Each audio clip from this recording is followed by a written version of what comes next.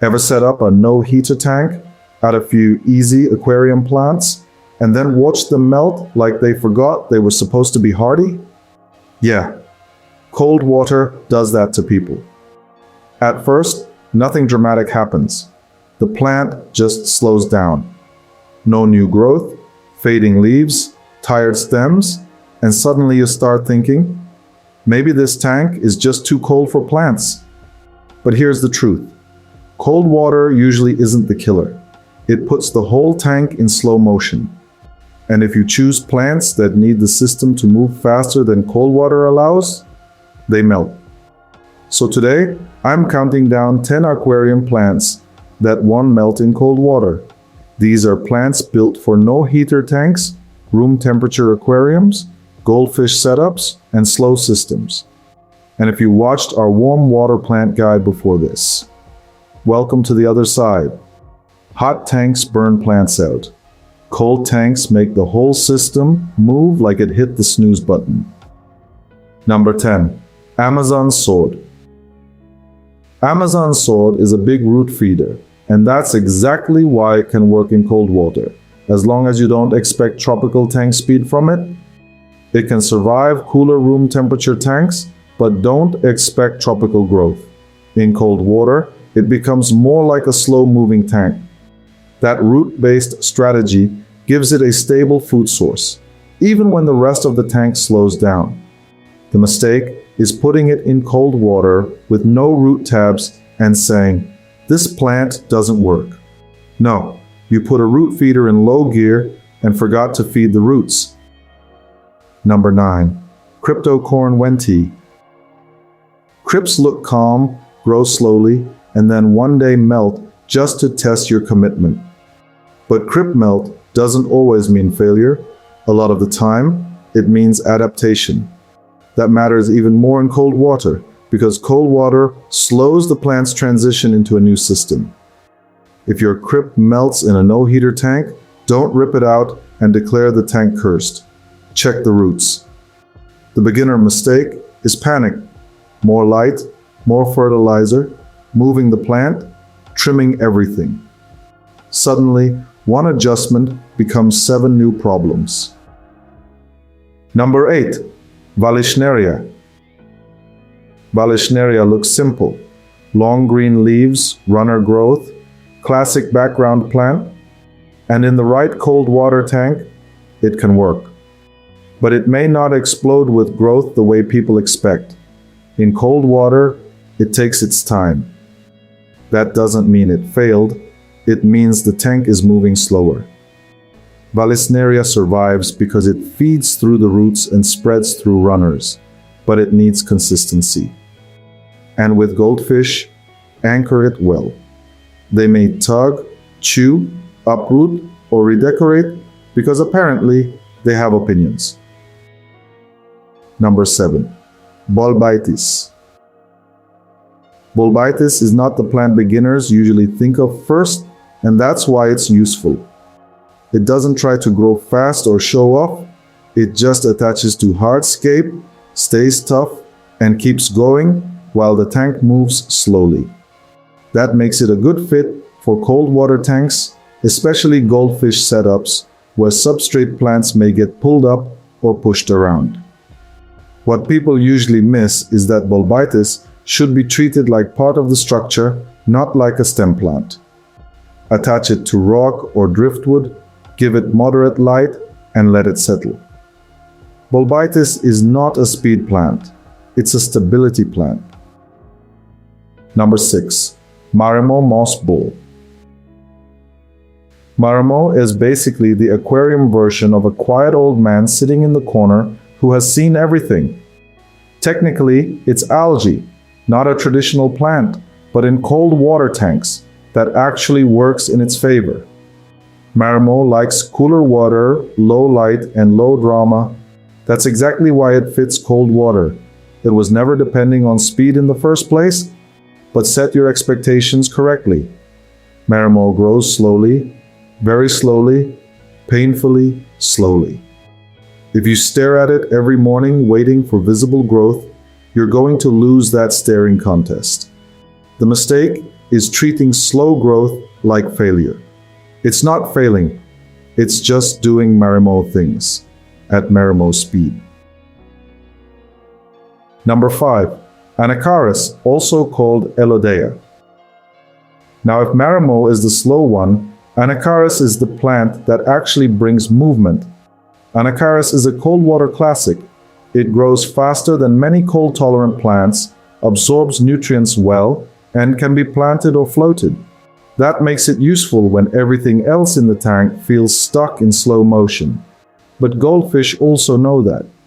Sometimes they treat Anacharis less like a plant and more like a salad bar. So if leaves disappear, your fish may have discovered vegetables. What people get wrong is assuming Anacharis is bulletproof just because it's common. If the tank is too dim or unstable, it can still shed leaves and make a mess. It's not magic, it's useful. Big difference. Number 4. Java moss. If Anacharis brings movement, Java moss brings texture. Java moss works in cold water because it's adaptable, low demand, and does not need substrate. You can attach it to wood, rock, mesh, caves, sponge filters, basically anything that holds still long enough. Java moss doesn't need speed. It can keep going in slow conditions. Here's the catch. People see slow growth and think, more light will fix this. Nope. If you add too much light before the moss can use it, algae shows up like it was personally invited. Number 3. Hornwort. If Java moss is quiet texture, Hornwort is pure chaos. It can float, grow fast, drop needles, and look beautiful 1 week before redecorating your tank with little green spikes. But in cold water, Hornwort is still one of the strongest options because it doesn't need substrate. It floats, absorbs nutrients from the water column, and helps shade the tank. That makes it useful when slower plants are sitting there doing their best impression of aquarium furniture.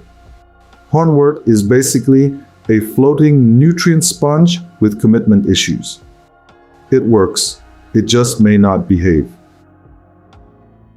Number 2. Anubias. If Hornwort is chaos, Anubias is the complete opposite.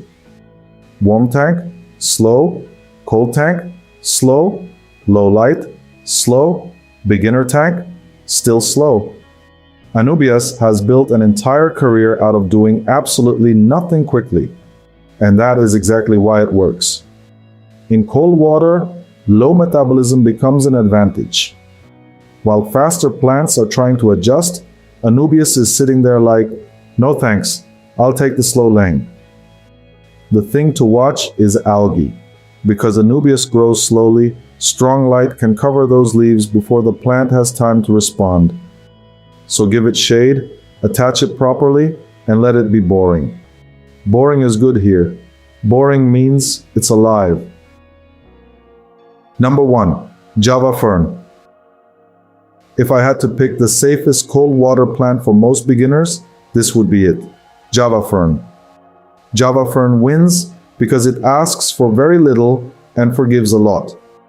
It doesn't need substrate, high light, a heater in most room temperature tanks, or fast growth to survive.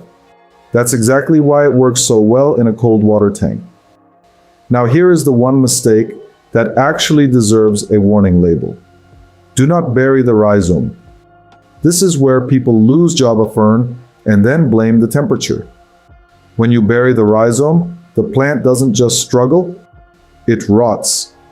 Attach it to hardscape, give it moderate to low light, and don't expect explosive growth. Java Fern is not trying to win a race. It's trying to outlast the tank. Now, when you step back and look at this list, the pattern becomes clear. The plants that survive cold water are built for slower systems. They don't need fast metabolism, aggressive nutrient uptake, or tropical speed to stay alive. And the plants that fail usually need the tank to move faster than cold water allows. Cold water slows growth, slows adaptation, and slows nutrient uptake. That's why the biggest beginner mistake is trying to force speed back into the system. More light, more fertilizer, more changes. But that usually doesn't fix the problem. It just gives algae a better opportunity. So instead of asking, will this plant survive cold water? Ask this: is this plant built for a slow system? Choose slow growers, use rhizome plants, don't chase fast growth, be careful with too much light. And if you keep goldfish, assume every soft plant is being interviewed for lunch. Slow systems reward patience, every time. If this kind of tank logic helps you avoid expensive mistakes, that's exactly what we try to break down here. And if your problem is the exact opposite, if your tank runs too hot instead of too cold, watch the warm water plant guide next. Hot tanks and cold tanks fail for completely different reasons. So, what about you? What easy plant completely melted in your no-heater tank, even though everyone swore it would survive? Drop it in the comments. I want to know which plant betrayed your tank first. Until next time, keep your tanks balanced, your system steady, and your curiosity flowing.